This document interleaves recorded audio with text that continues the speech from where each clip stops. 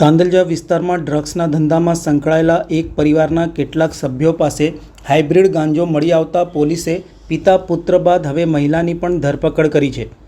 તાંદલજા વિસ્તારમાં Basil school પાસે શકીલા પાર્કમાં રહેતા અબ્દુલ ઇબ્રાહીમ પટેલ અને તેના પરિવારના કેટલાક સભ્યો ડ્રગ્સના ધંધા સાથે સંકળાયેલ હોવાથી અગાઉ પણ પોલીસ કેસ કર્યા હતા। એસઓજીએ અબ્દુલ અને તેના સાથે ધ્રુવ બાબુભાઈ ચૌધરીને ટુ વ્હીલર પર બેસી હાઇબ્રિડ ગાંજાની પડીકીઓ વેચતા ઝડપી પાડી કેસ નોંધાવ્યો હતો। પોલીસે રૂપિયા 15 લાખની કિંમતનો 500 ગ્રામ ગાંજો કબજો કર્યો હતો। ત્યાર પહેલાં પણ પોલીસે અબ્દુલને ગાંજાના કેસમાં ઝડપી પાડ્યો હતો, ત્યારે તેના પુત્ર સામે પણ 22 લાખના ગાંજાનો કેસ કર્યો હતો। 15 લાખના ગાંજાના કેસમાં પોલીસે અબ્દુલની પૂછપરછ કરતા પુત્ર આદિબ સુરતથી ગાંજો લાવ્યો હોવાની અને માતા ઝરીનાને આપ્યો હોવાની વિગતો ખુલતા બંનેને વોન્ટેડ જાહેર કર્યા હતા।